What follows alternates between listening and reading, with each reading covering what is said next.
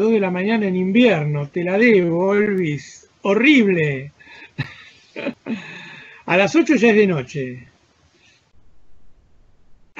Caminas también, sí, sí, porque hay hambre, sí. Yo el otro día pensaba, digo, tengo ganas, hace mucho que no voy a no voy por la costanera, tengo ganas de agarrar la bicicleta e irme para el lado del Tigre, este, pero después pensé, no, no se puede ahora. Sí. No, pero vos sabés que, Emilio, vos sabés que hace cosa de 3 fines de semana, Emiliano, perdón, yo salí por hacer una diligencia en bicicleta, un fin de semana, y me encontré con que, sí, la costanera, el cielo, ¿no? Sí, este, me encontré con que hay un montón de gente el fin de semana que sale a pasear en bicicleta. Van con todo el equipo de andar en bici y sin otro motivo, digamos, ¿no? Más que tomar un poco de sol. Este fin de semana parece que va a estar medio lluvioso, que escuché. Pero yo creo que andar en bici, aparte, andar en bici es la cosa más aséptica que hay, porque estás solo arriba de la bicicleta. No sé, salvo que venga justo uno de frente y te tosa en la cara, si llevas el barbijo, el mal es menor, aparte ¿no? Sí, sí, puede ser, en otoño, en primavera, es muy lindo, claro, porque no transpirás. Estoy totalmente de acuerdo. Yo me hacía escapadas en bicicleta hasta Luján, inclusive, varias veces fui. Y me volvía, las más de las veces me volví en el tren y una vez o dos me volví en bici también. Son 8 horas más o menos de ir y volver, 8 horas y media. Este, claro, el tema también es ese, ¿no? De la gente. Lo que pasa que, lo que pasa que todo el mundo es muy, hay mucha gente, no todo el mundo, pero hay mucha gente que de pronto dice, usar un barbijo me da vergüenza. Así le decía una vecina a mi señora. Este, y, y claro, si le da vergüenza, cuando la dejen, cuando no la obliguen a usarlo, no lo va a usar. Y como es una señora mayor, se va a contagiar. Y entonces va a tener problemas serios. Este, es todo medio así. Ayer estaba leyendo, o sea, que hay un problema con el tema del común de Doña Rosa, ¿no? No engancha la onda. Ahora le dicen que si no lo usa le van a poner una multa y se lo ponen, no le da vergüenza. Estaba leyendo un artículo ayer, no me acuerdo de dónde, que decía que hay que evitar estar cerca, digamos, el acercamiento más próximo, ¿no? Evitar también las aglomeraciones. Y había otra cosa más, eran 3 letras C. No me acuerdo dónde lo puse. 3 letras C. Y que la mayoría de en la mayoría de los países, los brotes fuertes, la mayor parte de los infectados habían sido por contagio con muy pocas personas. Y generalmente en hospitales, aviones, fiestas, reuniones, ¿no? O sea, lugares donde hay mucha cercanía, bueno, pasa eso. O sea, los hospitales, pobres médicos, ¿no? Pero están en el centro del huracán.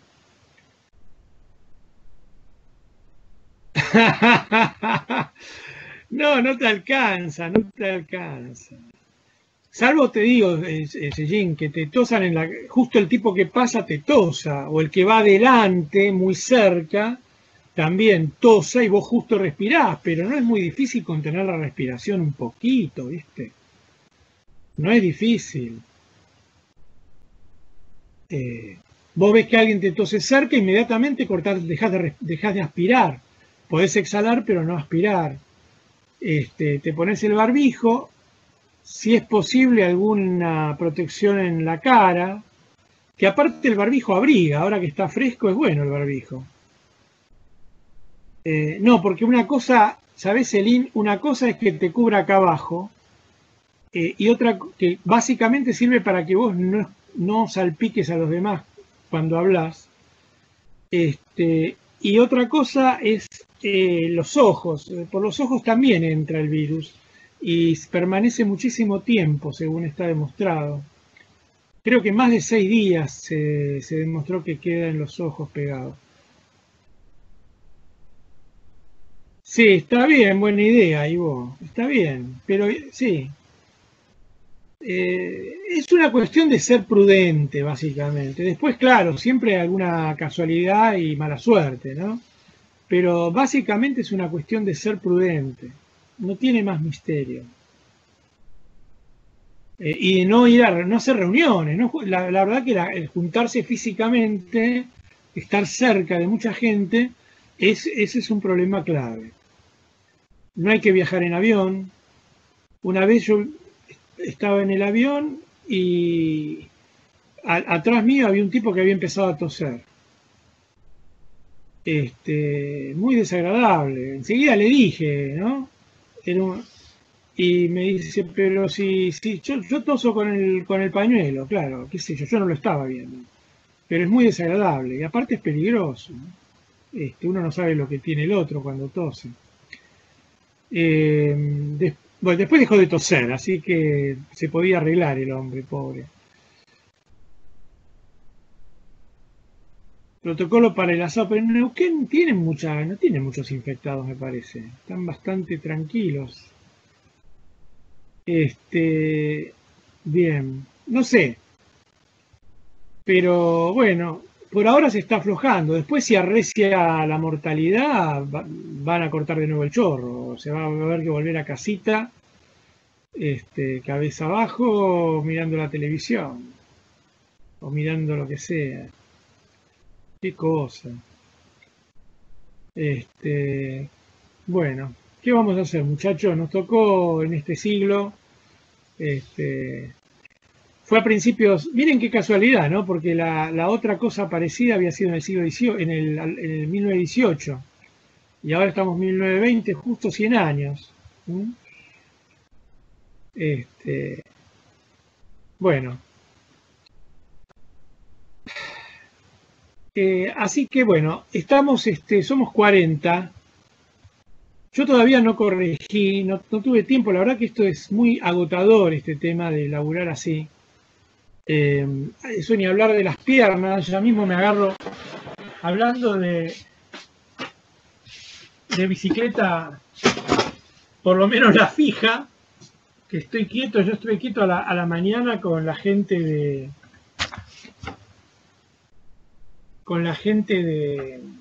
este, de otra facultad, 4 horas, así que me quedé mucho tiempo quieto, me van a disculpar, con ustedes tengo confianza, vamos a hacer bicicleta fija. Bueno, chicos, para hoy les tengo que presentar a mi único ayudante de cátedra, que a la vez es mi jefe de trabajos prácticos en la Facultad de Ingeniería, en la materia Estructura Económica Argentina. Hay 2 estructuras económicas argentinas. En realidad la otra ya cambió de nombre para el plan nuevo, pero para el plan viejo se sigue llamando Estructura Económica Argentina. Y, che, ¿estoy grabando yo? No sé si estoy grabando, ¿eh? A ver. Start recording. No, no estaba grabando. Y ahora, bien, empezó la grabación. Y él durante este periodo estuvo preparando unas clases por internet en YouTube. Se llama Ezequiel Bertoia. No le gusta mucho aparecer personalmente, pero tiene unos trabajitos hechos con un programa que aprendió a usar hace un tiempo, bastante piola. Aparte, es de hablar despacio, así que lo que dice uno se lo acuerda más fácil. Realmente están hechos bien, esos son videos cortos, y tiene 4 videos dedicados a balanza de pagos. Son 4 videos que se basan en el material que usamos nosotros para, ¿cómo se llama? Que habíamos preparado como PowerPoint, con una cantidad de ejercicios y cosas. Yo no lo incorporé al curso este año, este cuatrimestre, así completo, porque no pensaba desarrollar el tema balanza de pagos con mucho detalle. Pero visto que nos están sobrando clases, no demasiadas, depende, ¿no? No demasiadas por ahora, pero sobran en relación a que ya los temas principales ya los vimos. Entonces, y balanza de pago lo pasé un poco rápido. Entonces pensaba pasarles los videos de Ezequiel Bertoia. ¿Cuándo terminaría el curso? Mirá, cuando lo disponga las autoridades. En principio terminaba, creo que el 16 o el 17 de diciembre, incluyendo la parte presencial. Mientras tanto, tenemos tiempo para seguir trabajando. Y bueno, vieron que tienen más trabajos prácticos, pueden seguir relacionándose y aprendiendo cosas nuevas. En realidad, no es que sobran clases, sino que son las clases que no usamos para los 3 parciales, digamos, nosotros teníamos previstos 3 parciales con 2 clases de repaso para cada parcial. Con lo cual, en el nuevo sistema de comunicación que tenemos, distinto del persona a persona, no pudimos funcionar de la misma manera. No tenían sentido 2 clases de repaso previas a cada examen que tiene un valor relativo puramente de dar la regularidad, ¿me entienden? De habilitar para un final en la práctica. Entonces, bueno, quedan clases en las cuales podemos ir haciendo esos repasos que no los hicimos de una manera dura, digamos, o sea, con ustedes, con toda la adrenalina de estar en las últimas, en la recta final hacia cada parcial. Entonces, esos repasos y esos agregados de cosas que nos quedaron pendientes los vamos haciendo a medida que nos acercamos al final del cuatrimestre y a que se habilite la presencialidad. A ver qué dice Clara. Clara dice, pero la cursada terminaría como estaba previsto en el cronograma inicial. ¿Vos te referís a mi cronograma inicial? Te cuento algo que se ve que no se difundió bien. Espera un cachito.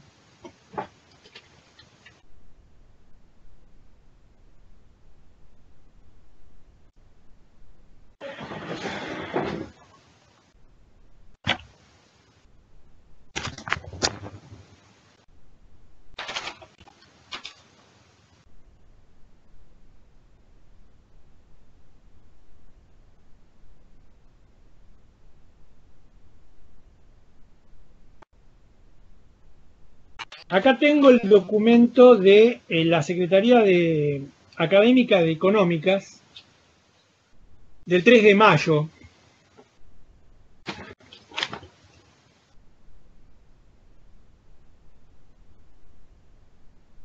Donde plantea las dos evaluaciones que nosotros que ustedes ya hicieron. Dice, antes del con anterioridad al 1 de junio, al menos 2 actividades para evaluar el seguimiento individual. Estas actividades serán definidas por los docentes, bla, bla, bla. Como instrumentos para dicha evaluación serán cuestionarios escritos, elección múltiple, combinación de algunos de los instrumentos enumerados, etcétera. Y dice monografías, etcétera, trabajos prácticos. La presentación por parte del alumno tendrá calificación convalidadas, pendientes o ausentes. Sin calificación numérica. Los docentes podrán ofrecer a los alumnos instancias para que recibieran calificaciones de pendientes o ausentes, de forma que las mismas accedan a la condición de convalidadas. Bien, o sea que haya recuperatorio, quiere decir. Eventuales modificaciones del régimen de promoción. En la medida que las clases presenciales no puedan retomarse integralmente el 1 de junio, me parece que no, que el 1 de junio no se van a retomar las clases presenciales, se propondrá al Consejo Directivo un régimen de excepción que permita garantizar la calidad académica y aprovechar el uso intensivo de las herramientas virtuales para la finalización del cuatrimestre en curso, manteniendo las evaluaciones que acrediten la aprobación de todas las asignaturas en forma presencial, en mayúscula y negrita, en forma presencial. Se acredita la materia. Bueno, después mantener las actividades de seguimiento, agregar al menos 2 actividades de seguimiento obligatorias adicionales. Tenemos la grupal de ahora, seguiremos haciendo evaluaciones. ¿Se dan cuenta la idea cómo es?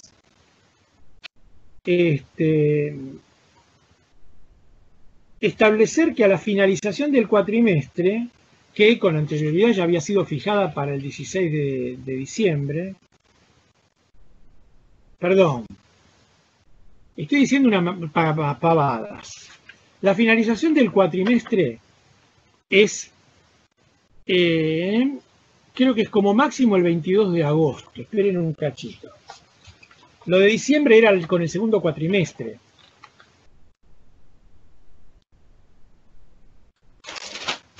Esperen un cachito que lo encuentro.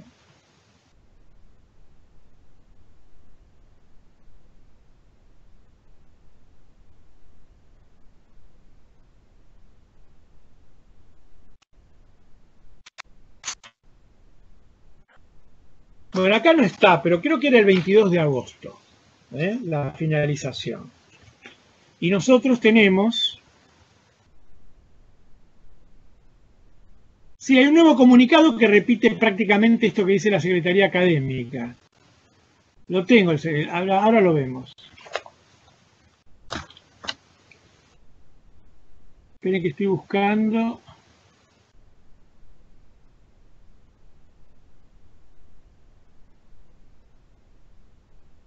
Yo cuando lo vi, lo último que mandaron, dije, pero esto es lo de la Secretaría Académica.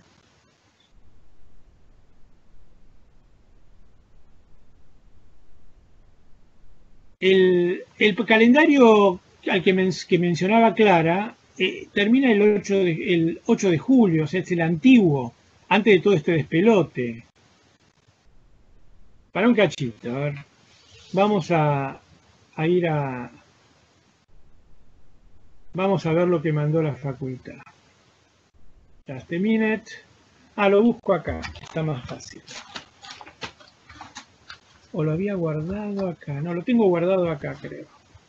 Que me lo bajé. Y como lo vi tan parecido a lo del 3 de mayo de la Secretaría Académica, lo miré por encima y dije, es lo mismo.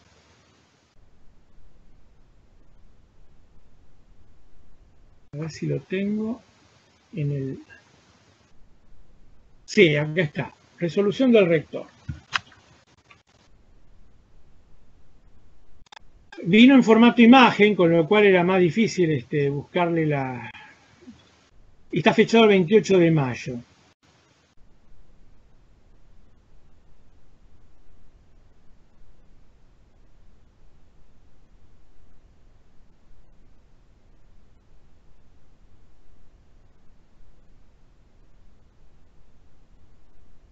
Resuelve.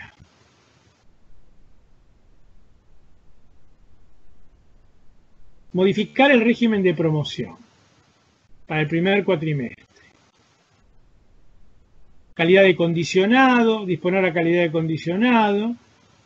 En una asignatura, disponer la calidad hasta el 31 de julio de 2021.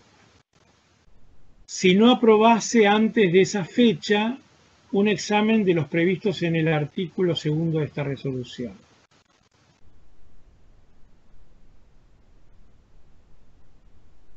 Determinar que aquellos alumnos que están en calidad de condicionados en una asignatura no aprueben la misma por los exámenes finales especiales antes del 31 de julio, quedarán incorporados en calidad de remanentes.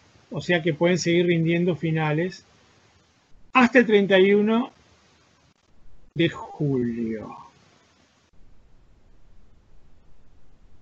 Disponer que los exámenes finales especiales se desarrollarán a partir del reinicio de la presencialidad, que nadie sabe cuándo es.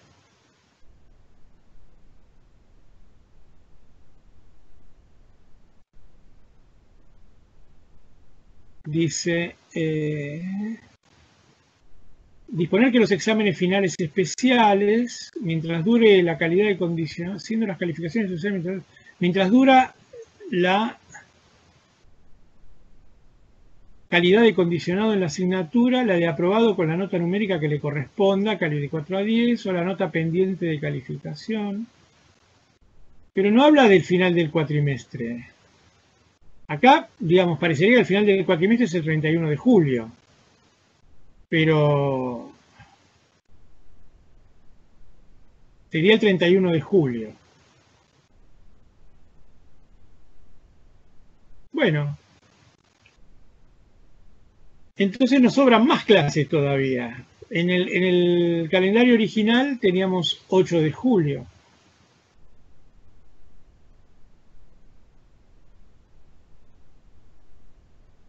Miren, déjenmelo estudiar y chequear un poco, llamo a la facultad, porque esto yo lo vi, me había llegado en la semana, enloquecido detrás de las distintas cosas, no lo vi, lo dejé ahí, lo bajé ahora el martes, creo.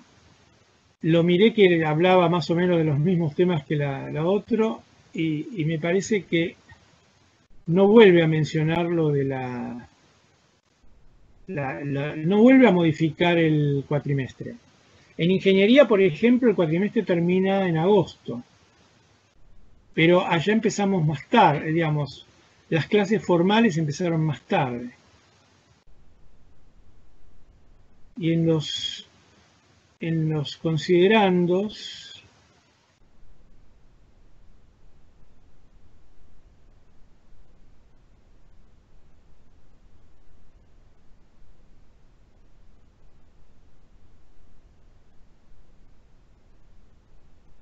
sí. Entonces, la fecha de finalización del cuatrimestre tendría que estar, a ver,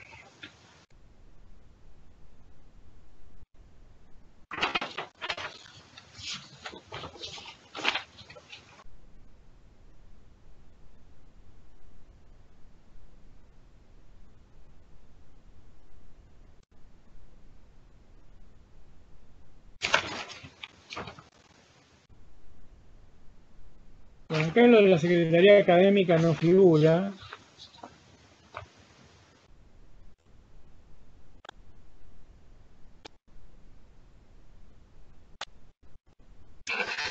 Y hay un documento ante... Sí, a ver, para que me fijo que estoy en... A ver, 31 de julio. Sí, parece que sí, que eso se mantiene igual, Fermín. El 31 de julio.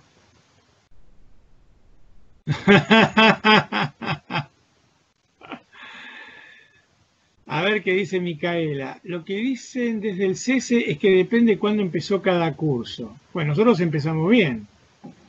Los cursos empezaron presenciales, creo que el 12 de marzo. La cursada podría terminar los primeros días de julio o fines de julio. Ah, bueno. Bueno, entonces, bueno, yo había entendido que había que mantener la cosa calentita para que no se enfríen los conocimientos hasta que llegara la presencialidad y ahí tomar los exámenes finales. Eso, digamos, más allá de toda la letra y las formalidades del texto, yo entendí que la idea era esa, la de esperar a que se pudiera ir a clase de nuevo. Así que, bueno, los primeros días de julio es lo del 8 de julio que tenemos nosotros de calendario. Depende, dice Olvis, depende también si ya se dio todo el contenido. Otras materias ya cesaron su cursada por haber dado todo. Claro. Yo la verdad que me parece que no se puede cortar ahora la cursada. Yo creo que hay que mantener viva la llama del amor por el conocimiento. Yo pienso que la cosa es medio así. Así que déjenme un poco que la piense, pero me parece que al 8 de julio más o menos llegamos con las distintas actividades que estaban pendientes, ¿no? Actividades y temas.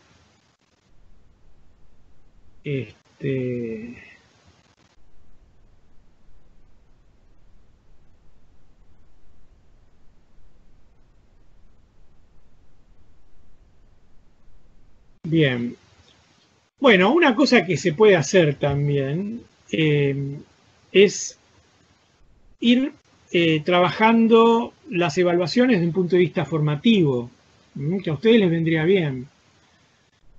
Dice Fermín, si se siguen dando temas va a ser un montón para cuando se vuelva a lo presencial y rendir al final. Mirá, no pienso dar ningún tema nuevo, más que los que están en el calendario, ¿sabes? Los temas del calendario voy a tratar de dar lo que está pendiente. Yo era reacio a dar las cuentas de índices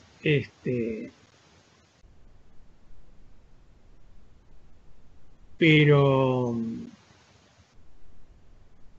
me parece que no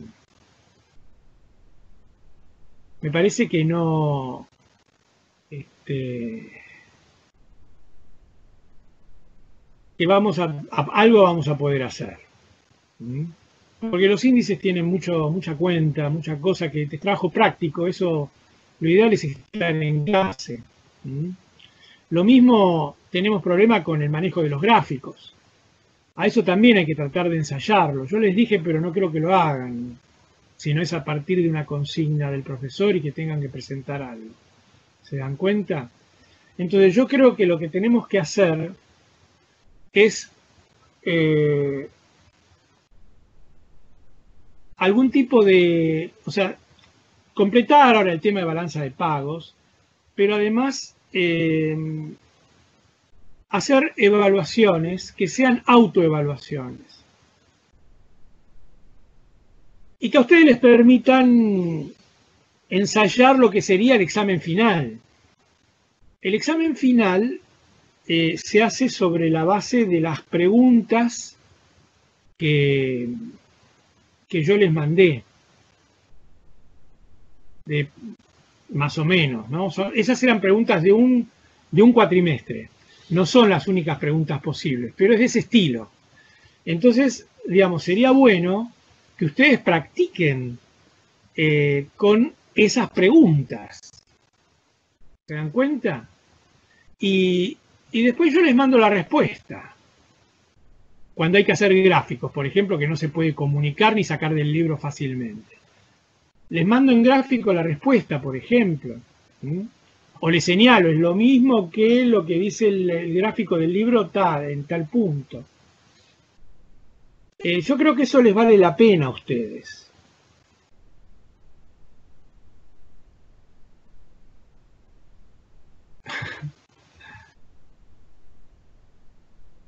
Federico, vas a tener que llegar a un final. Para llegar al final, tenés que saber. Y la generación de ustedes se banca mucho mejor el estudio cuando es en grupo, cuando le cuentan un cuento, las cosas como a relato, así llevadero, que cuando tienen que tragarse un libro, ¿viste? Entonces, de pronto, tirar tareas que puedan hacer en grupo o individualmente, a gusto de ustedes. Evaluación formativa sería. Les va a venir bien, porque son las preguntas que se tomarían en un parcial, por ejemplo, en el final. ¿Entendés? Ya sé que el hombre es bueno, pero si lo controlan es más bueno. Pero depende de usted, depende de cada uno. Si quieren, se molestan en mejorar, en apuntar a tener buena nota cuando lleguen a la evaluación única. Y si no quieren, no lo hagan. Total, lo más probable es que sea con 4. ¿Entienden? El mínimo es 4. Ya que eso estaba en el texto que leí último. Así que no es para preocuparse. ¿Mm? Eh, Tienen que seguir algún ritmo de estudio. Si yo les tiro las preguntas del estilo de las que serían para el final, entonces ustedes ven lo que saben para el final. Y es una gran ayuda. Si lo tenés que resolver, ver cuál es la respuesta, aunque sea sacarla del libro, aunque no la escribas, ves los gráficos que correspondería hacer. Bueno, estás aprendiendo. Es didáctico eso, es una evaluación formativa, es para autoeducarse. Y entre la educación a distancia y la autoeducación hay una distancia chiquitita así. La educación a distancia está lejos, pero la brecha con autoeducarse y con un MOOC es muy cortita. Así que sí, va a haber motivación, creo.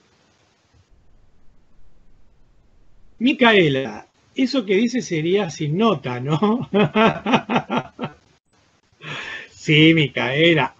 Evaluación formativa. Para que estudien, es para guiarlos a que estudien. ¿Mm? Bueno, entonces, por ahora, el curso nuestro dura hasta más o menos hasta mediados de julio.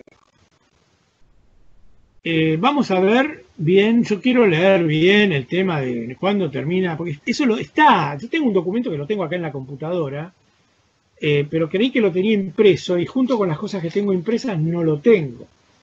Entonces me tengo que fijar a ver si lo encuentro, que no es fácil. El primero de todos, me parece que fue, donde se fijaban los límites de los cuatrimestres y que decía eso también de, bueno, basta. Jóvenes, vamos a empezar con el tema de hoy, que es que puedan ver despacito ¿cómo se llama? El balance de pagos. ¿Mm?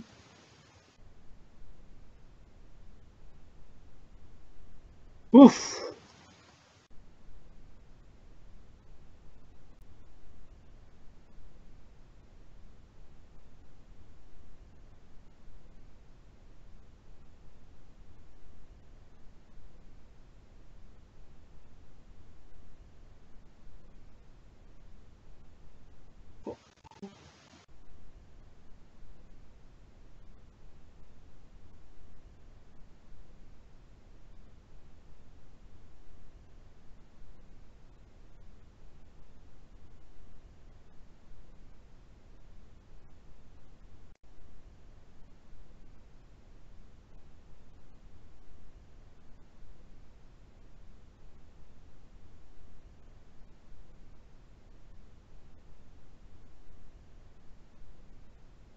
no me deja, el Chrome no me deja que ustedes vean lo que está en el Edge, en el otro browser.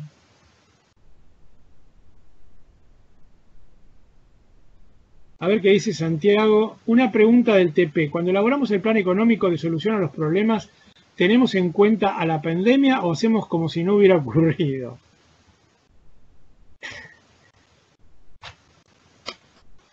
Bueno, mirá, de acuerdo con el consenso generalizado de analistas económicos, el final de la pandemia no es automático, no es una cosa que se desenchufa y enchufase en modo actividad normal, sino que la caída de la demanda brutal que se ocasionó con el cierre generalizado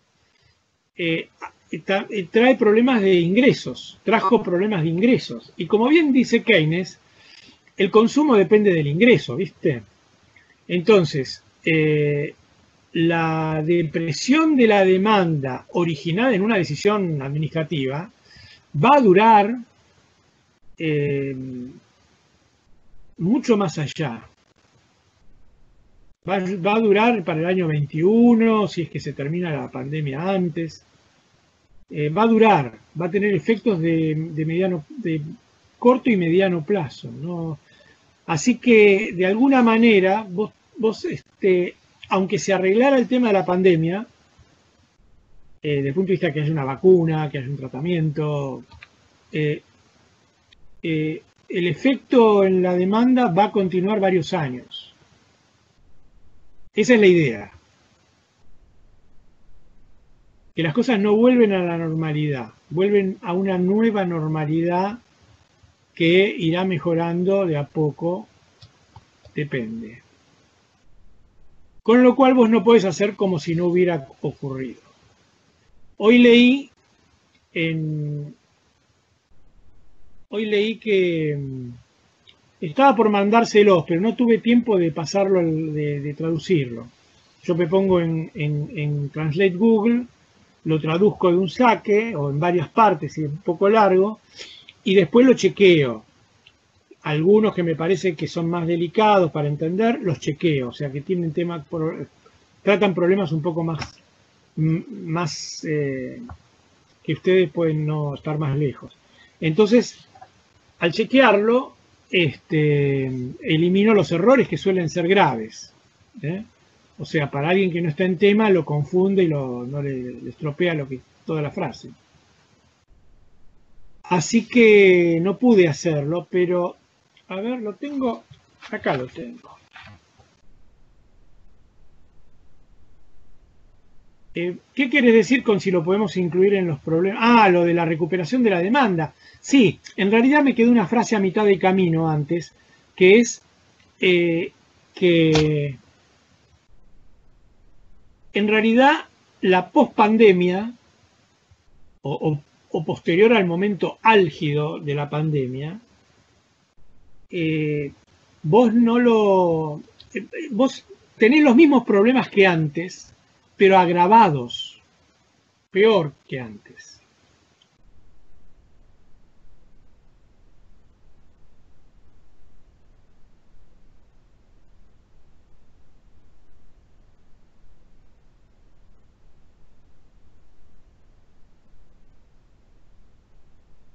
Alemania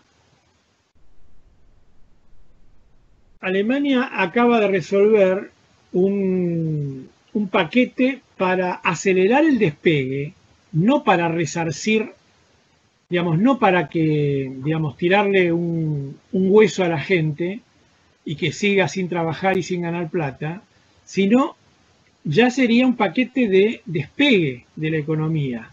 Ellos dan como que a partir de ahora, viejo, a laburar, ¿no? Y bueno, cada país va a un ritmo distinto también, ¿no?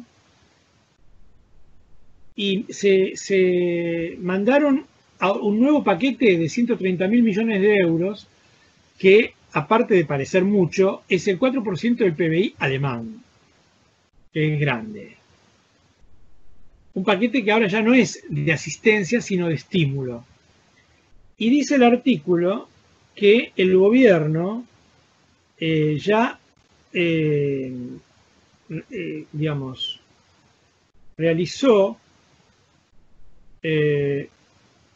medidas de apoyo y estímulo que representan más del 30% del PBI alemán, en lo que va de estos meses, o sea, será desde febrero. Más del 30% se patinaron los alemanes. Claro, bien que es Alemania, ¿no? Y que tiene resto para rato y que no tiene déficit fiscal crónico. El déficit fiscal de Alemania es muy pequeño y otros años tuvo superávit.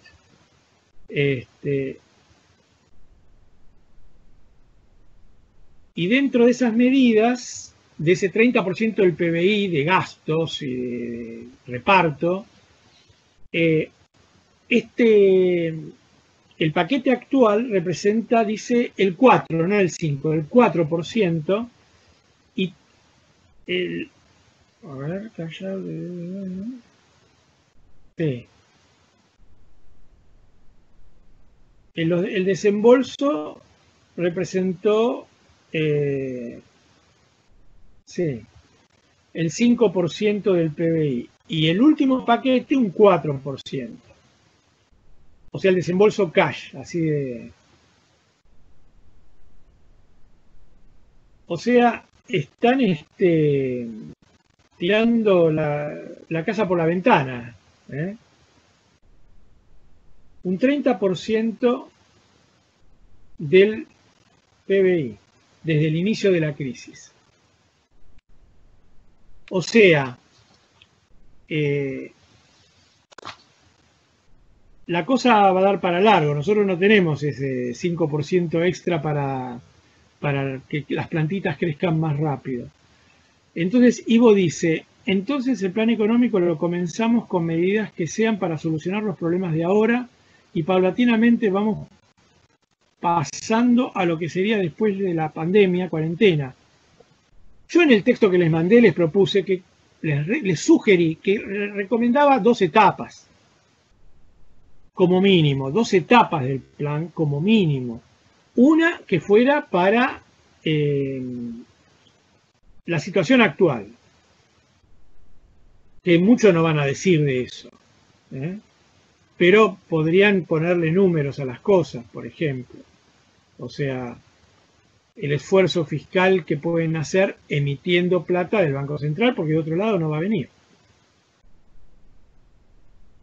Y por otro lado, vieron que les mandé los slides de Arriazu, ahí tienen números, hay muchos números si quieren buscar. Por más que un poco ya tiene más de 2 semanas, ya tiene 3 semanas, creo.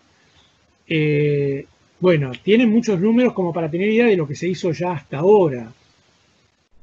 Pero yo diría, no se vuelvan locos con la primera etapa, esbocen algo que les parezca sensato y traten de ver a posteriori cómo encaran los problemas de largo plazo.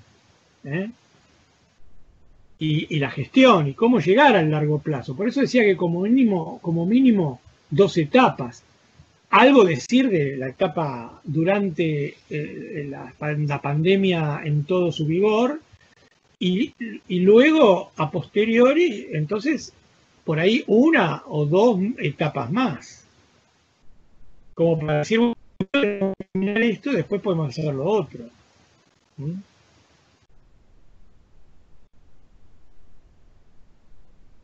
Lean despacio los enunciados de las indicaciones de las cosas. Leanlo despacio, van a ver cómo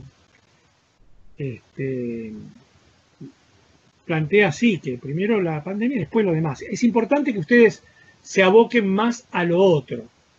No pueden dejar de tomar en cuenta la situación actual. Y no pueden dejar de tomar en cuenta que la situación posterior va a ser la misma de los diarios de fin del año pasado, pero agravada, nada más que agravada, con más déficit fiscal, con más emisión, con menos dólares en el central, Tenemos 8.000 millones, habían dicho, ¿no? Se había dicho. ¿Entienden? O sea, lindo país les dejamos.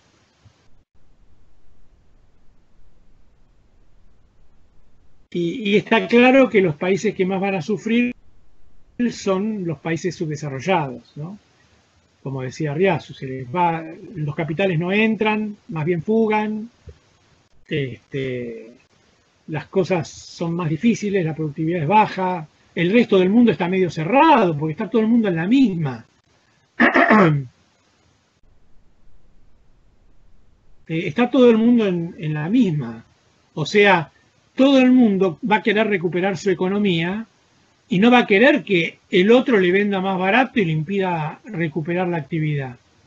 ¿Entienden? O sea, va a haber seguramente un retroceso importante como uno de los resultados de la nueva normalidad en terreno de globalización. Ya Estados Unidos y China nos marcan el camino. La senda está trazada. ¿Entienden? O sea, va a haber una cosa de no, mejor compre nacional. Yo calculo que en todos los países va a ser más o menos así. Y no es mala palabra, son las circunstancias.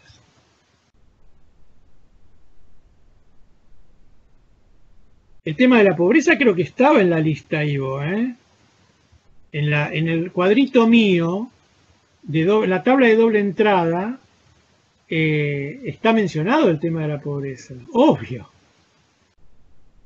El tema de la pobreza no es solamente importante para... Es real, es un número uno. Vos imaginate que el despelote que hay en las villas de emergencia, o como se las quiera llamar, de las poblaciones vulnerables, como se dice ahora, no existiría si no hubiera tanta pobreza. O sería mucho más chiquito. ¿Entienden? No, la pobreza es el tema clave. La pobreza y la desigualdad de los ingresos es el tema clave. Si no hubiera tanta desigualdad de ingresos, no habría tanta delincuencia. Si no hubiera pobreza, no habría gente que no puede aportar con su trabajo porque no pudo estudiar o porque las condiciones familiares fueron desastrosas. Mira, no me acuerdo lo del tema 1, no sé. No sé de qué, no entiendo a qué te referís. ¿Qué quiere decir que debe ser el...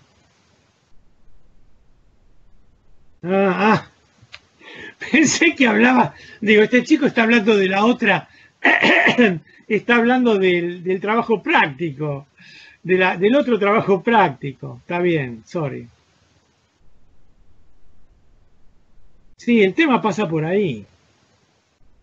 Porque vos podés tener, aunque tuvieras diferencias sociales, que en el mercado es inevitable, en economía de mercado es inevitable que haya diferencias sociales en cuanto a lo que gana, a las condiciones de vida de cada uno, son diferentes.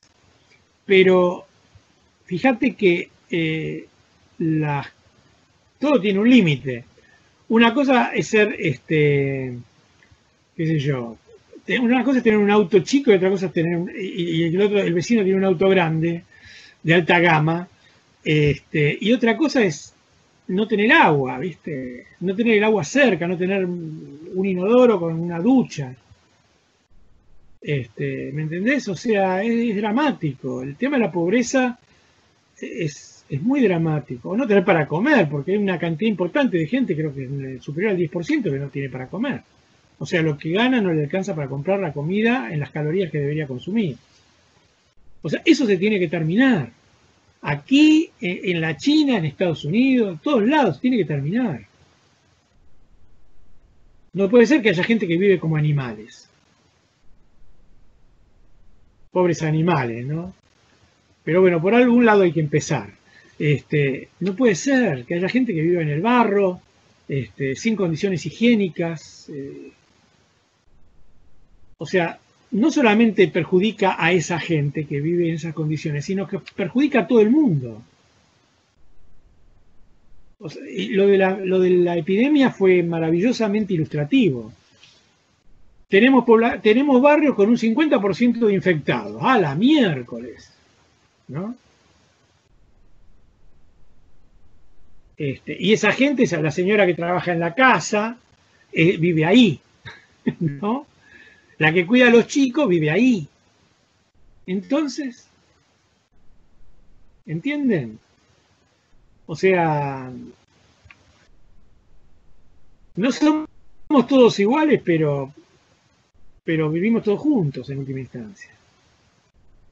En el colectivo, ¿quién te separa? No hay un apartheid, por suerte. Ni nadie que quiera un apartheid, mucho más suerte. No es como en Estados Unidos, que no hay apartheid para los negros, pero hay muchos que quisieran un apartheid para los negros o que se mueran. Entonces los matan. No, por suerte la Argentina en eso no tiene problema. Todos vinimos de los barcos, aunque algunos más recientemente llegaron de los aviones. Pero esa frase de todos vinimos de los barcos es real. Bueno, jóvenes, me parece que ya estamos suficientemente confundidos como para avanzar. Podemos avanzar con nuestras confusiones y nuestras dudas. Si alguien tiene algún interrogante más del trabajo práctico. Gracias, Ivo. Tomo nota.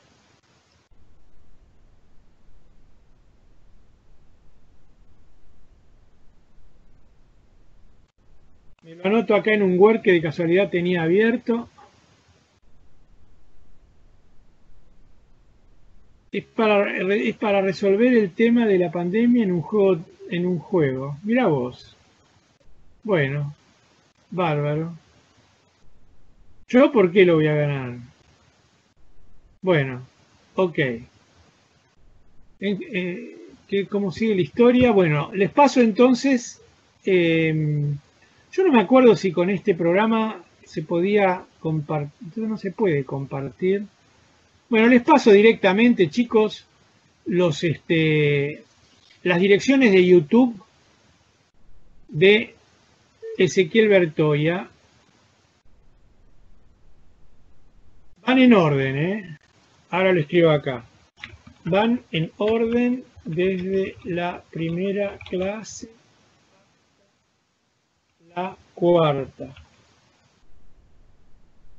Pobre Ezequiel Bertoia, hace años que trabaja como ayudante y nunca le pagaron un peso.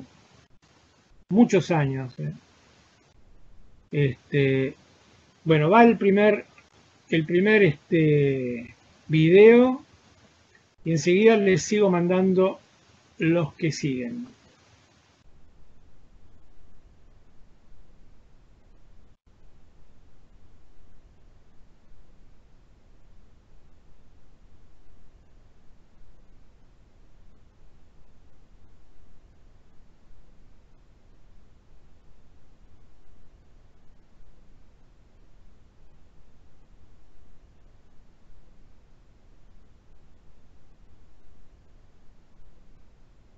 Bueno, ahí están los 4.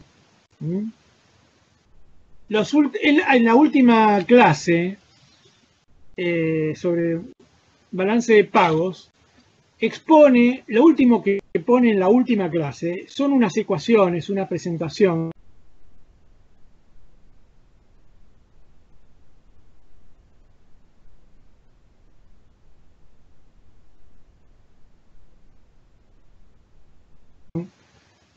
Nosotros no lo vamos, que no es el que subamos nosotros, tiene problemas de nomenclatura de siglas, así que les diría que a esa el último slide del último video no le den mucha bolilla.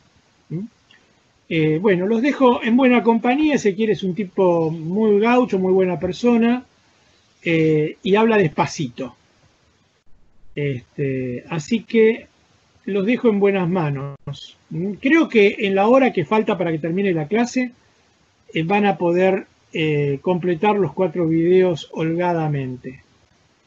Así que véanlos, y si tienen alguna consulta me la mandan por mail. O me la mandan por acá por el chat. Ahí está.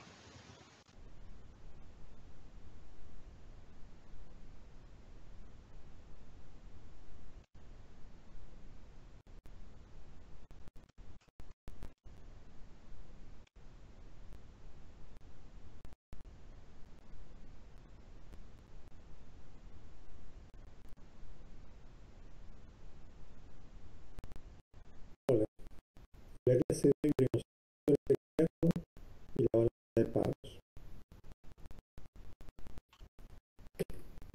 Empezamos definiendo qué es la balanza de pagos.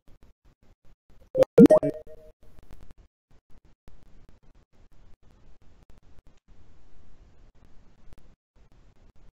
de pagos es un registro sistemático de las transacciones entre los residentes de un país y los residentes del resto del mundo en un periodo determinado.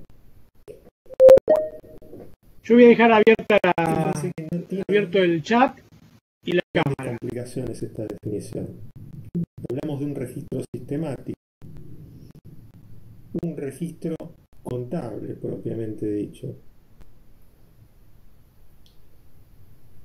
La palabra que quizás puede llegar a tener distintas interpretaciones e irse de lo correcto es la palabra residentes. ¿Qué se entiende por un residente? Cuando hablamos de un residente no hablamos ni de nacionalidades ni de personas que han nacido en determinado territorio, sino que la palabra residente está centrada en el centro de interés económico que tienen las personas. En términos prácticos, una persona podría dejar de ser residente cuando ha trabajado por un año en otro país. Ahí, si un argentino trabaja en Estados Unidos por un año, deja de ser residente argentino y pasa a ser residente norteamericano. Una empresa, por ejemplo, se considera que es residente de un país cuando tiene un horizonte de producción a mediano o largo plazo, tiene un establecimiento en el país y produce en el mismo por más de un año y medio.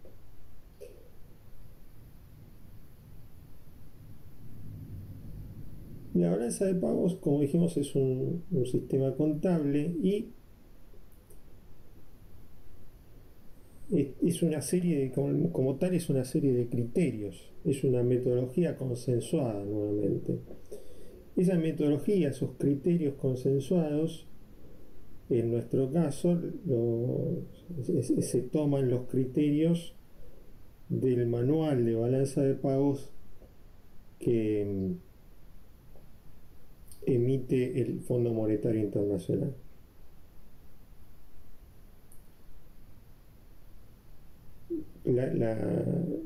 Estos criterios no son ni buenos ni malos, son simplemente criterios, y lo bueno de tomarlos es que podemos hacer comparaciones entre países. O sea, si todos los países utilizan la misma metodología, podemos comparar la situación de un país con otro. Si la metodología se mantiene en el tiempo, podemos hacer comparaciones a través del tiempo, podemos comparar dentro de regiones o sectores de cada país. Veamos un poco sobre esta metodología, sobre los principales principios de la metodología de la balanza de pagos. Lo primero que tenemos que tener en cuenta es que se contabilizan flujos. Y se pueden contabilizar stock o flujos. Flujos es la variación que tienen los stocks en un periodo determinado. Por ejemplo, una de las cuentas que vamos a estar estudiando en la balanza de pagos va a ser la de reservas internacionales.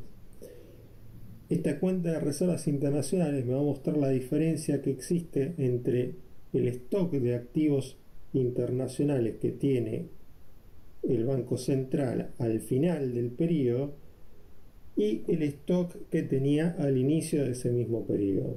O sea que en el Banco Central, en el activo del Banco Central, vamos a estar viendo el stock de estas variables y en la balanza de pagos cuánto varió este rubro de reservas internacionales.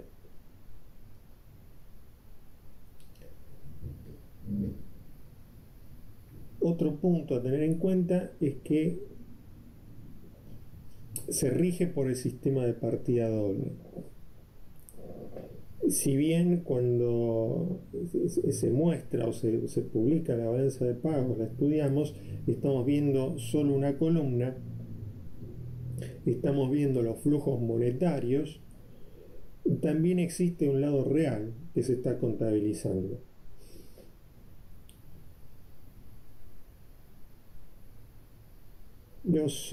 Sobre todo en cuenta corriente, los débitos van a estar representando egresos de divisas y los créditos van a estar representando ingresos. En el caso de la cuenta financiera la historia es distinta y lo vamos a estudiar puntualmente cuando veamos esa cuenta en particular. La mercadería se puede evaluar de dos formas: mediante el criterio FOB o mediante el criterio SIF. El criterio FOB es la mercadería evaluada puesta en el puerto del país exportador. Viene de sus siglas en inglés Free on Board. SIF es la mercadería evaluada puesta en el puerto del país importador.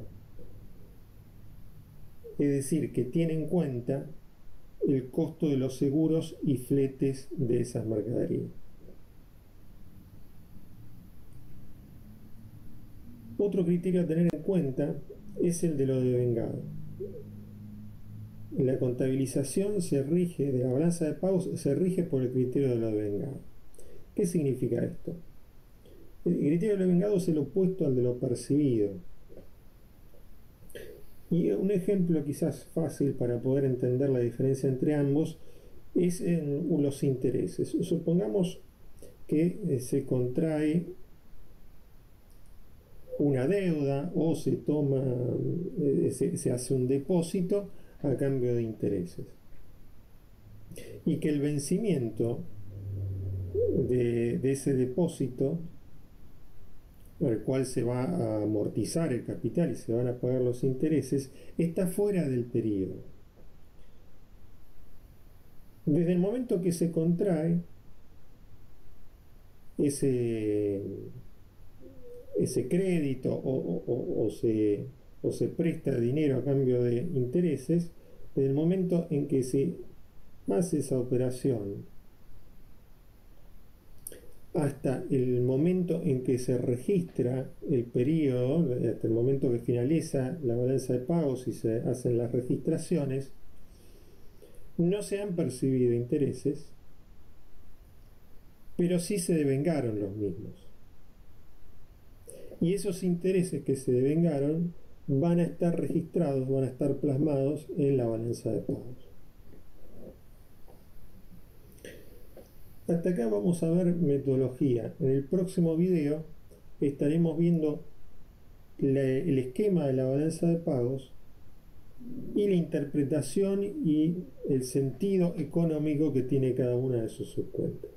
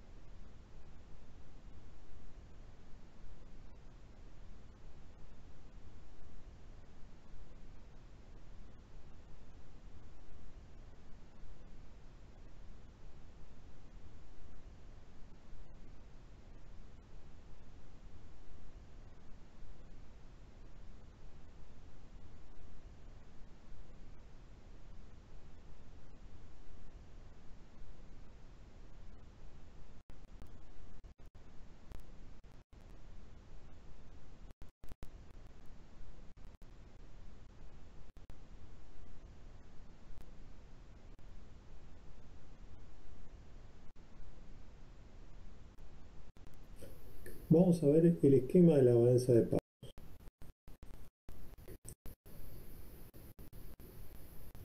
La balanza de pagos tiene tres grandes cuentas: la cuenta corriente, la cuenta capital y la cuenta financiera. Empezaremos viendo la cuenta corriente, que justamente va a estar registrando todas las transacciones corrientes entre los residentes y los no residentes. La cuenta corriente a su vez se divide en tres subcuentas: bienes y servicios, ingreso primario e ingreso secundario.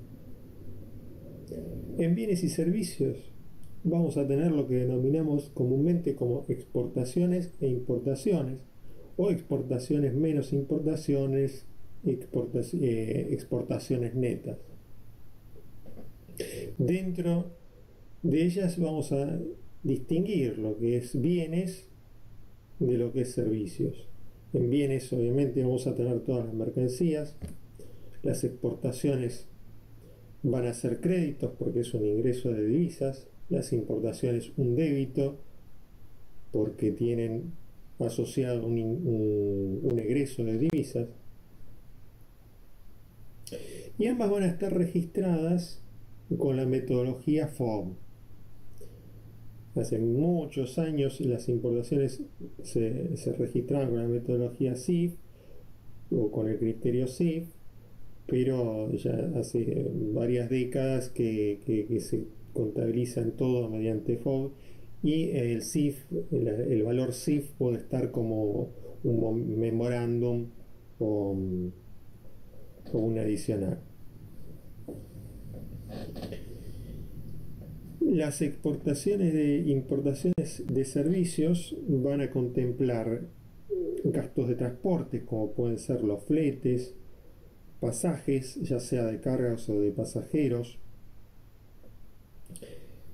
gastos en viajes, que pueden ser tanto de bienes como de servicios, y está vinculado tanto a viajes comerciales como turísticos. También se van a registrar acá los seguros de los fletes, otros gastos como de comunicación, de transacciones, de servicios empresariales, etc. Y también los gastos relacionados, las regalías, los gastos relacionados con los derechos de propiedad, con el uso de la propiedad, con el uso de licencias.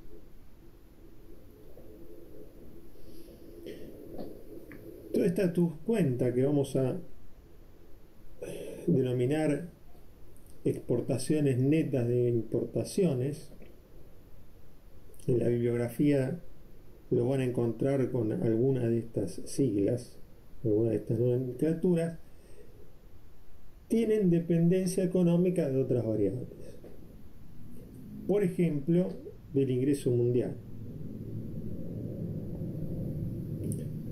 Cuando al mundo le va bien, cuando el mundo está en un periodo de expansión, y más allá del mundo, los principales socios comerciales que tengan un país, como en nuestro caso puede ser Brasil, China, Estados Unidos, la Unión Europea, cuando a estos países les va bien, están en un periodo de crecimiento, aumenta su producto, aumenta su ingreso,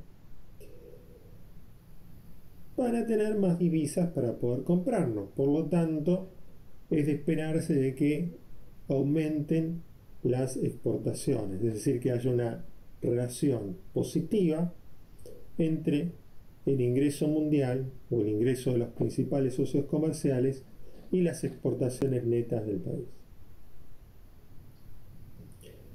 Algo similar va a suceder con el ingreso disponible, pero en sentido inverso. Mayor sea el ingreso disponible, más ingreso haya en el país, más vamos a poder comprar el resto del mundo. Por lo tanto, más van a aumentar las importaciones. Entonces, acá la relación va a ser negativa. Las otras variables que van a estar influyendo en las exportaciones netas son las relacionadas con el tipo de cambio real. Es decir, el tipo de cambio nominal,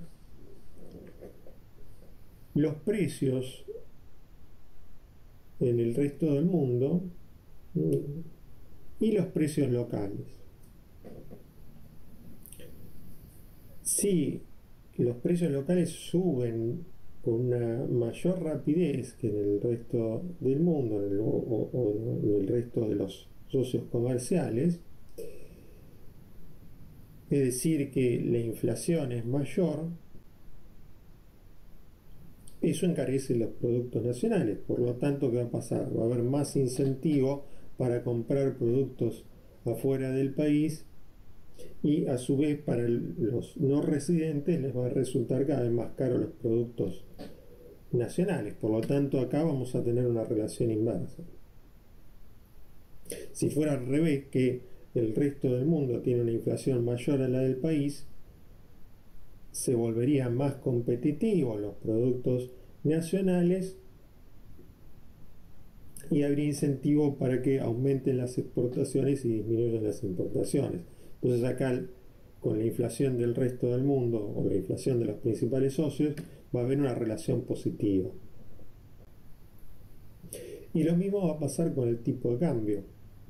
Recordemos que el tipo de cambio es el valor de nuestra moneda expresados en términos de una moneda extranjera que generalmente es el dólar. El tipo de cambio nos dice cuántos pesos necesitamos para comprar un dólar.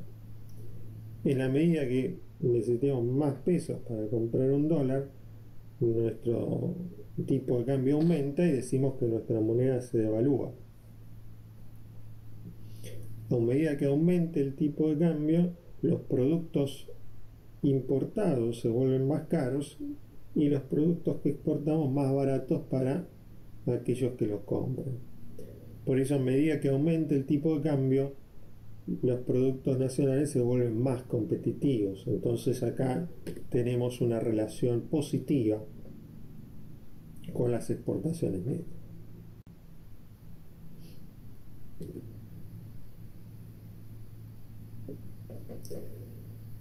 La segunda subcuenta es la de ingreso primario o renta. Fíjense, acá tenemos remuneración a empleados, remuneración de empleados, créditos y débitos. Créditos serían los salarios que reciben los residentes por aportar su trabajo a la producción del resto del mundo. Y débito, lo que se le tiene que pagar a no residentes por aportar trabajo a la producción local.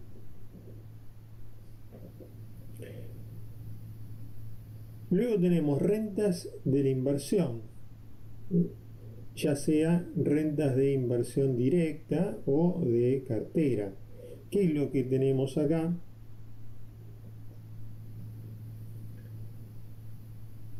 Acá tenemos los pagos de intereses, o mejor dicho, los intereses que se devengan por lo que le prestan los no residentes a los residentes y lo que les prestan los residentes a los no residentes. Los intereses que ganan los residentes por prestarle a algún no residente van con signo positivo, va a ser un crédito, y con signo negativo va a ir lo que reciban de intereses los no residentes por haberle prestado a los residentes. Acá también vamos a tener pagos de utilidades y dividendos. Por ejemplo, con signo con signo positivo vamos a tener lo que reciba un residente por haber comprado, por ejemplo, en periodos anteriores, haber comprado acciones de Apple. Bueno, Apple le paga sus dividendos por tener ese porcentaje de activos de la compañía y esos dividendos van a ir con signo positivo, porque es un flujo de divisas que entra para un residente, que un residente entra al país. Y negativo, por ejemplo, va a ir el de algún no residente que compró acciones de Loma Negra, por ejemplo. Cuando Loma Negra pague utilidades y dividendos,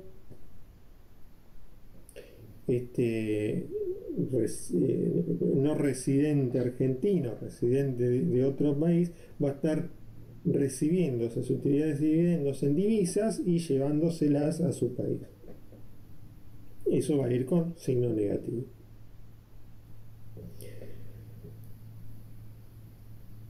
Además de salarios, de intereses, también puede haber algo de alquileres acá. Entonces, fíjense que tenemos salarios, intereses, utilidades y dividendos y alquileres.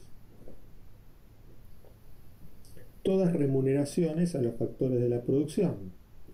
Y esas remuneraciones a los factores de la producción están netas de lo que se le paga a los no residentes, es decir, que son la remuneración de los factores de la producción que tienen los residentes por aplicar los factores de la producción al resto del mundo, neto de lo que los no residentes reciben por aplicar los factores de la producción a la producción local. Es decir, que esta subcuenta de ingreso primario lo que me está mostrando es el ingreso neto de los factores del exterior. Lo que hemos visto y se puede ver en las bibliografías como INFE, RNF o simplemente RF. Y estos factores, este ingreso neto de los factores del exterior, ¿no?, que es lo que utilizamos para diferenciar o para calcular el ingreso nacional a partir del ingreso interno. El ingreso nacional es el ingreso interno más este ingreso neto de los factores del exterior.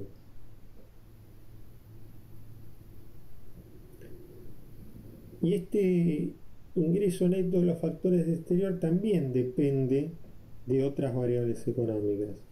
Va a estar dependiendo de cuánto ha recibido el país en los periodos anteriores de capitales, cuánto recibió o cuánta deuda contrajo, ¿no?, de no residentes, es decir, cuánta deuda contrajo en el exterior, y va a depender también de cuánta inversión directa recibió del exterior en periodos anteriores. Mayor haya sido la deuda que contrajo del exterior, mayor haya sido la inversión directa que recibió en periodos anteriores, más va a tener que pagar de intereses, más va a tener que pagar de utilidades y dividendos, y por lo tanto esta cuenta va a tender a ser negativa. Va a haber un efecto negativo, una relación negativa entre más deuda haya contraído, más empresas se hayan invertido en el país, más empresas extranjeras se hayan invertido en el país. Y por otro lado va a estar relacionado también con la tasa de interés. ¿Cuánto paga este país de intereses? Relacionado con los intereses está el riesgo país. El riesgo país es ese diferencial que paga la deuda soberana con la deuda soberana de Estados Unidos. Mayor sea ese riesgo país, más va a tener que pagar el país de intereses a los no residentes que tengan deuda nacional, y muchas veces las empresas también, si bien no es una regla, en la mayoría de los casos tienen que pagar este plus más otros plus relacionados con la idiosincrasia particular de cada una de las empresas nacionales. Por eso acá también ponemos la tasa de beneficio, y mayor sea la tasa de beneficio que tengan que pagar las empresas, mayor sea los intereses que tengan que pagar las empresas y el gobierno, menor va a ser esta cuenta INFE. O sea que está relacionado con estas variables de forma negativa el resultado que va a tener esta subcuenta. Fíjense que está planteado en estos términos negativos. ¿Por qué? Porque por lo general en países como el nuestro en el pasado han recibido más inversión directa que la que los residentes han hecho en otros países, y también ha tomado más deuda internacionalmente de lo que ha prestado. Por lo tanto, esta cuenta va a ser negativa en la balanza de pagos.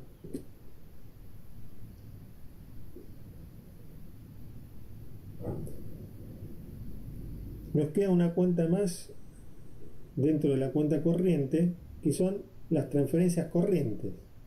Estas transferencias corrientes no tienen contrapartida. En términos internacionales,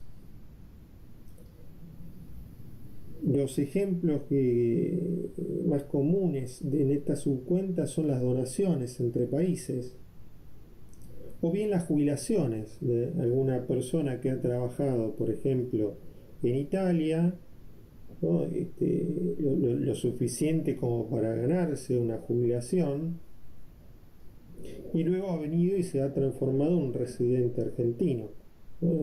Trabajó en nuestro país, estuvo por un plazo considerable de tiempo y se ha transformado en un residente nacional. Por lo tanto, esas transferencias son computadas en la balanza de pagos.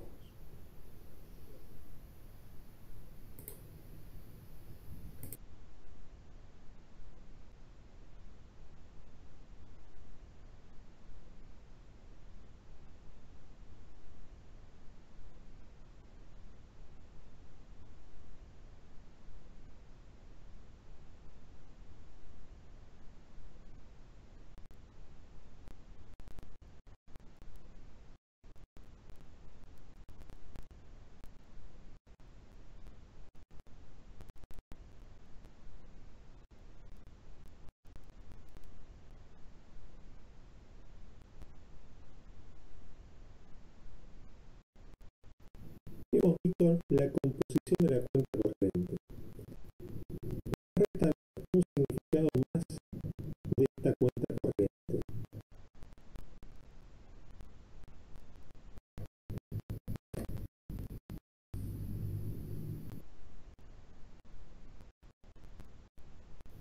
El déficit de la cuenta corriente o el negativo de la cuenta corriente es lo que se entiende como ahorro externo. Imaginemos al país y al resto del mundo como si fueran dos personas. Si una de ellas quiere consumir más de lo que produce, necesariamente va a tener que pedir prestado. Y la otra persona va a ser la que le preste. Entonces, si el país consume más de lo que produce, el resto del mundo le tiene que prestar. Si el país consume más de lo que produce, su cuenta corriente es negativa. Ese negativo, pasado a positivo, va a ser lo que está ahorrando la otra persona, que en este caso sería el resto del mundo. Por eso el ahorro externo es el negativo de la cuenta corriente. Sigamos con las otras dos cuentas, la cuenta capital y la cuenta financiera. La cuenta capital, fíjense que tiene valores muy chiquitos. Realmente no hay muchas transacciones para registrar en esta cuenta. ¿Por qué? Porque hablamos de propiedades. Por ejemplo, puede ser propiedad intelectual. Acá no es que en cuenta corriente estábamos registrando el uso de la propiedad intelectual o de licencias. Acá se tendría que registrar la transferencia de esa propiedad. Entonces son movimientos que se realizan muy poco entre residentes y no residentes.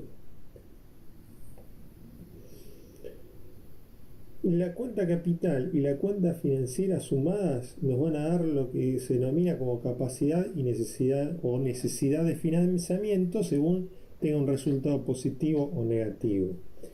Y esa capacidad de financiamiento, sumado a los errores y omisiones que pueda haber, va a ser la cuenta financiera, va a tener el mismo resultado que la cuenta financiera. Dentro de la cuenta financiera tenemos obviamente todos los movimientos financieros que van desde el financiamiento de las transacciones corrientes que se registraron en la cuenta corriente a inversión directa, privatizaciones que se pueden hacer de empresas o estatizaciones según la corriente ideológica reinante, compra y venta de títulos públicos, compra y venta de títulos privados. Y también van a estar los movimientos de las reservas internacionales. Fíjense, acá se divide en inversión directa, inversión cartera, derivados, otras inversiones. Hablamos de inversión directa cuando hay, por ejemplo, se establece, ¿no? Un no residente establece una empresa en el país, o bien cuando se compran acciones de una empresa en el país en un porcentaje lo suficientemente importante como para tener control de esa compañía o por lo menos tener voz y voto. Una inversión de cartera es una inversión pequeña como puede ser una compra de acciones o bien una compra por un periodo corto de tiempo de determinados activos o acciones o deuda. Algo a tener en cuenta, fíjense que acá no estamos contabilizando créditos o débitos, sino que estamos viendo los incrementos o disminuciones de activos o pasivos. Recordemos que un activo representa un flujo positivo en el futuro. Es decir, que uno compra un activo y va a tener ingresos a futuros por tener ese activo. Ingresos que pueden ser utilidades y dividendos o que pueden ser intereses. Ahora, eso que para una persona es un activo, para otra va a ser un pasivo. Es una obligación es una deuda que se contrae y es una obligación de tener un flujo negativo a futuro, ¿no? De devolver eso que se le han prestado y de compensar por eso que se le han prestado. Entonces, un activo es para una parte un activo y para otra parte un pasivo. Si un no residente le presta plata a un residente, para los residentes, para el país, eso es un pasivo. Ahora, para el no residente es un activo. Se va registraría en alguna deuda como activo si es un residente el que le está prestando a un no residente. Lo vamos a ver con más claridad con ejemplos prácticos numéricos en el próximo video.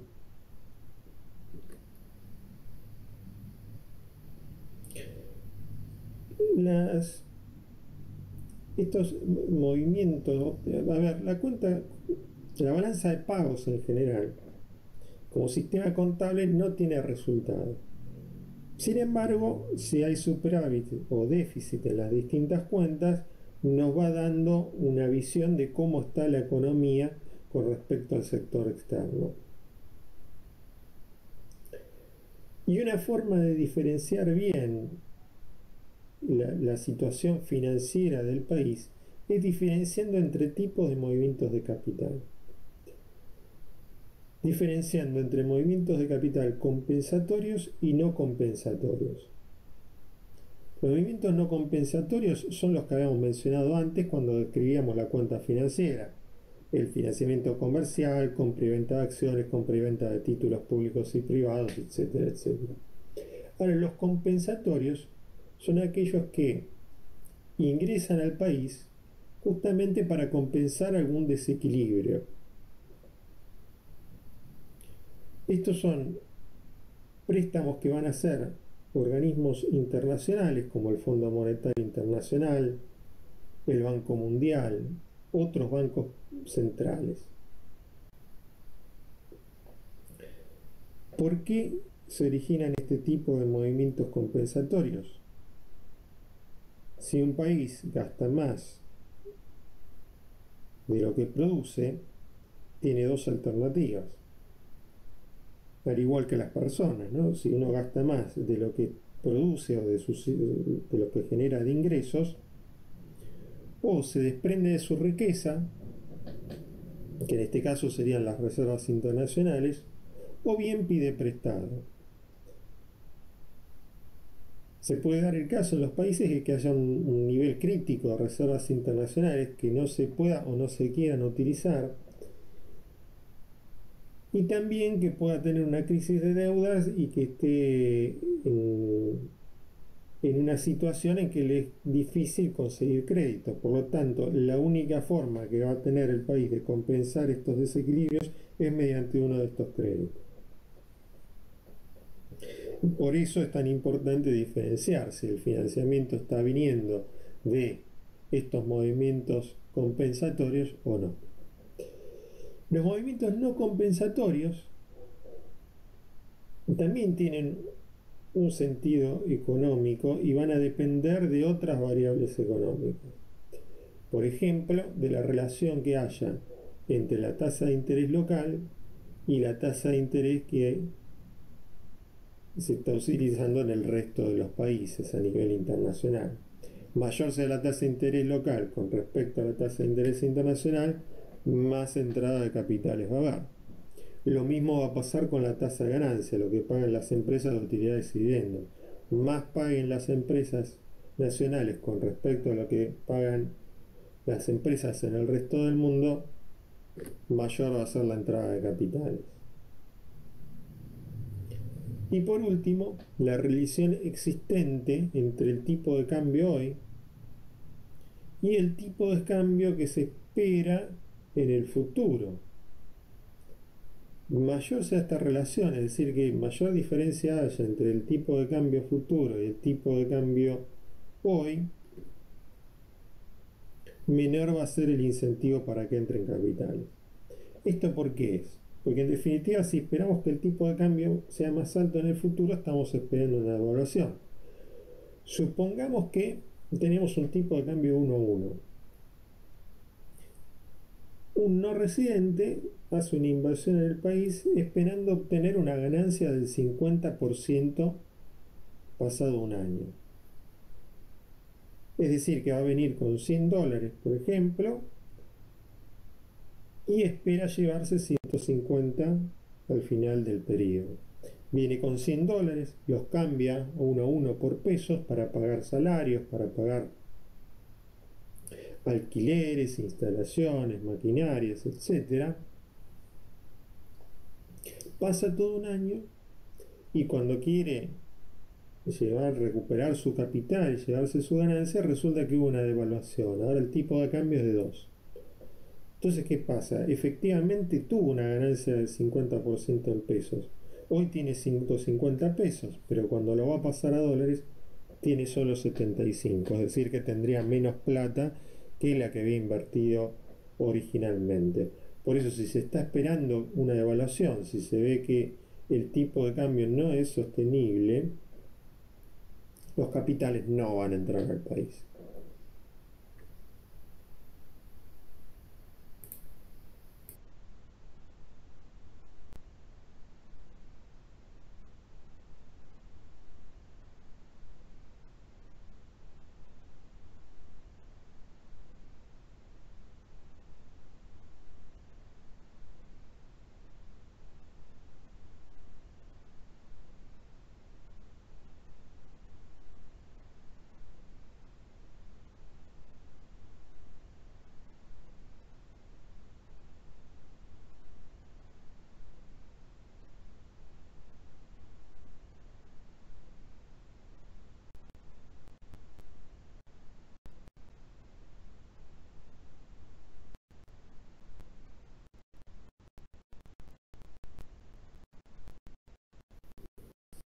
Veremos algunos ejemplos de transacciones entre residentes y no residentes y cómo se registran bajo la metodología de la tasa de pagos.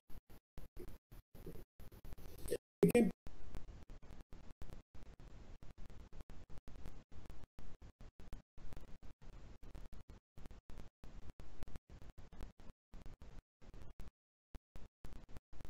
uno.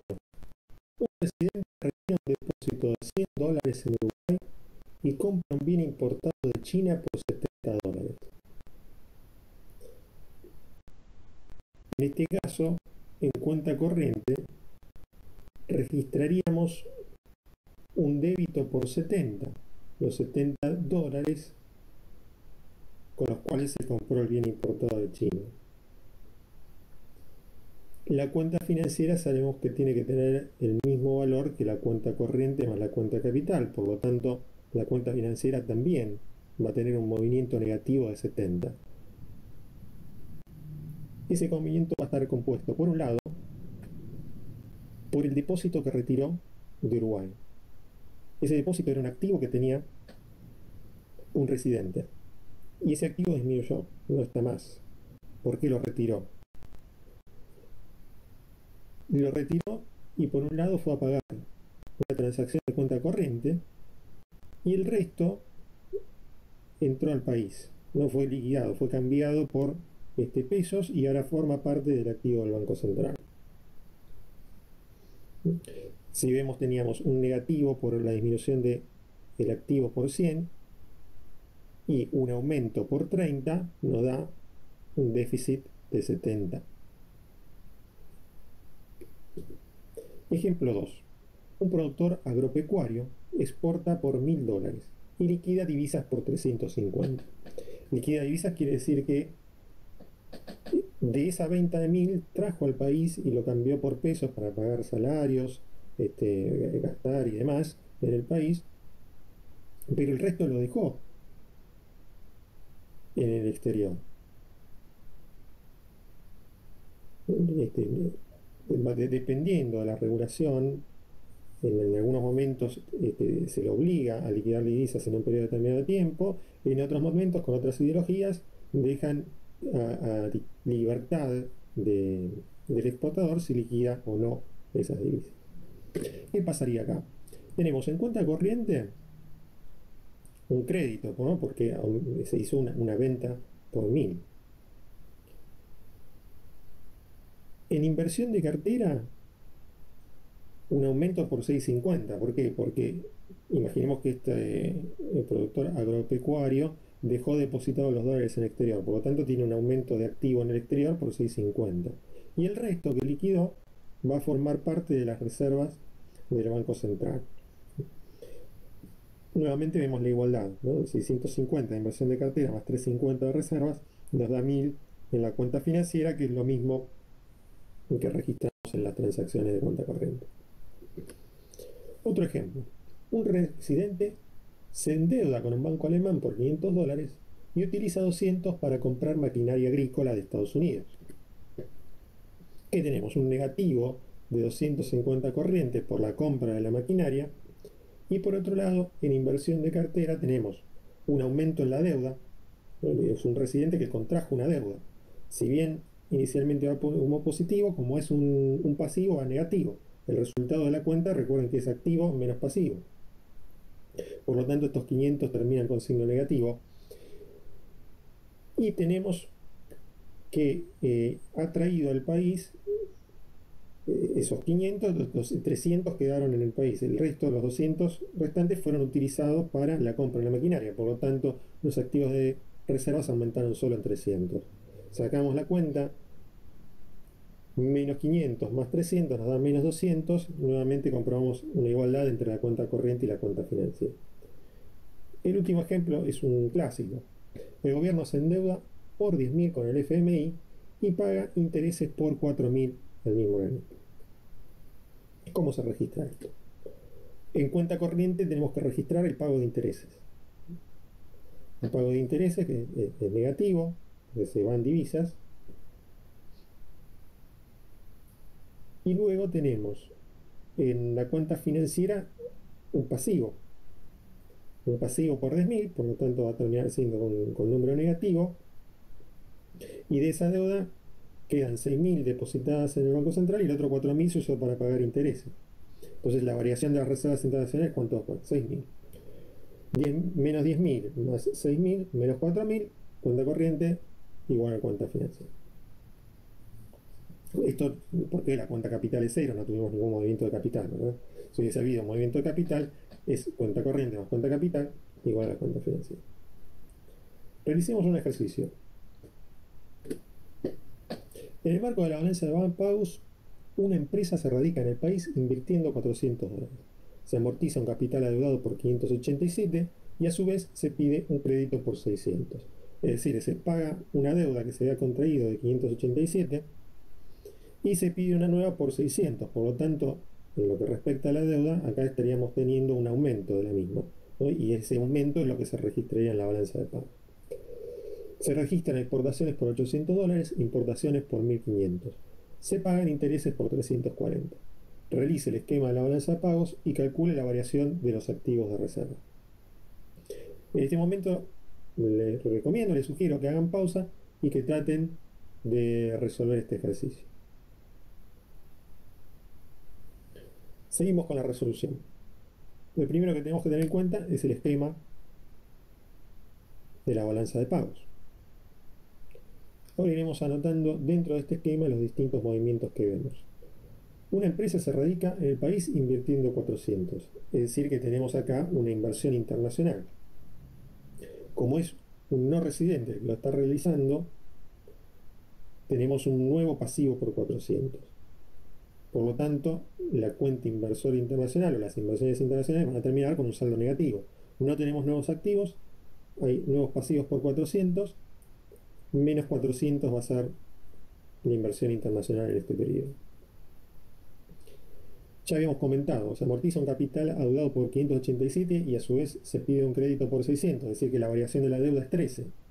Y como es deuda de los residentes, también va a ser un pasivo. Por lo tanto, la deuda externa también va a tener un signo negativo en la cuenta financiera.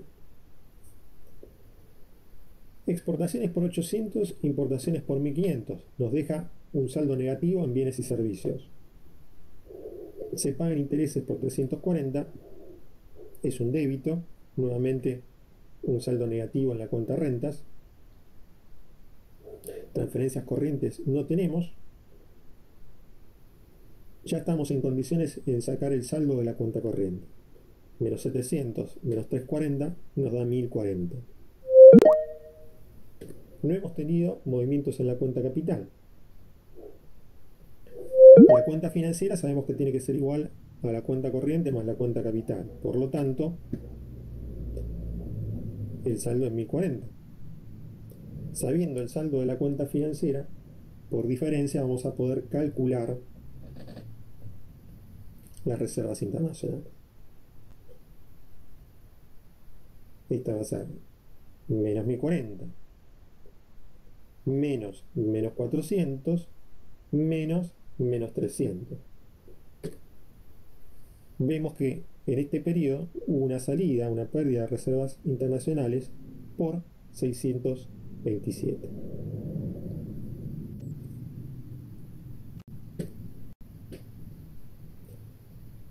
Terminamos de ver la metodología o las principales características de la metodología de la balanza de pagos, la estructura, realizamos algunos ejercicios. Ahora tenemos que reflexionar un poco sobre cómo sería la balanza de pagos ideal. ¿Qué nos gustaría? ¿Que hubiese periodos de superávit en cuenta corriente permanentemente? Eso significaría que entrarían divisas permanentemente al país. O estaría bueno tener siempre déficit, es decir, que todo el tiempo estamos consumiendo más que lo que producimos.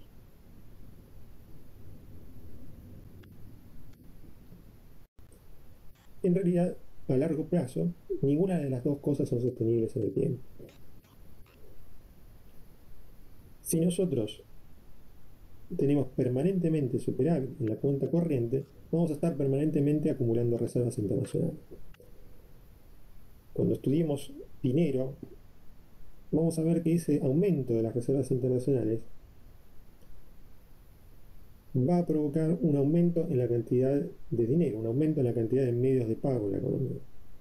Si la economía está con capacidad de crecer, no va a haber problemas. Pero después de varios periodos, es muy probable que se llegue a un momento en que la economía esté con los factores de la producción empleados al máximo, que esté toda la gente que quiere trabajar trabajando, que la maquinaria esté empleada en su totalidad, funcionando al máximo nivel. Y en una de esas circunstancias, crecer más a corto plazo es imposible.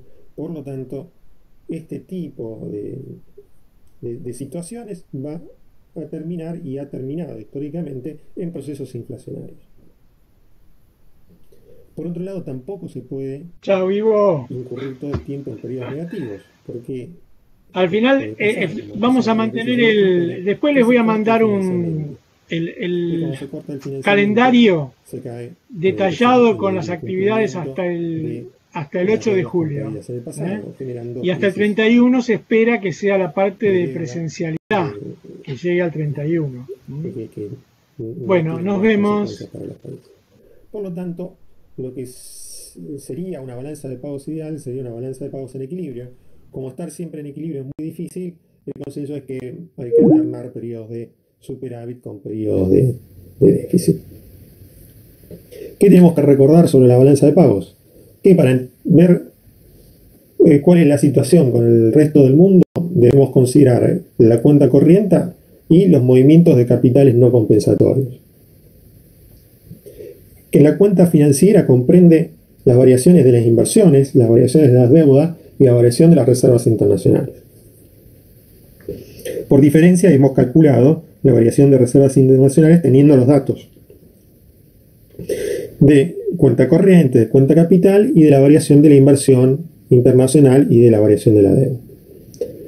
La cuenta corriente la podemos expresar como exportaciones menos importaciones o exportaciones netas, más el ingreso neto de los factores del exterior, más el neto de las transacciones corrientes.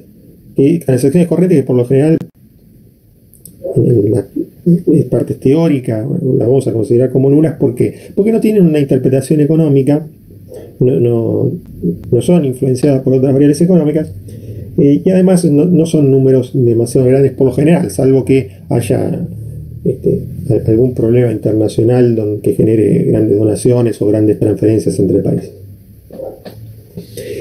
Y que el ahorro externo es igual al déficit de la cuenta corriente, ¿no? El negativo a la cuenta corriente cambiada de signo, o bien lo que sería igual, lo que sería lo mismo, a la cuenta capital menos la cuenta financiera. Esto sería todo con respecto a balanza de pagos. Nos estaremos viendo en la próxima clase.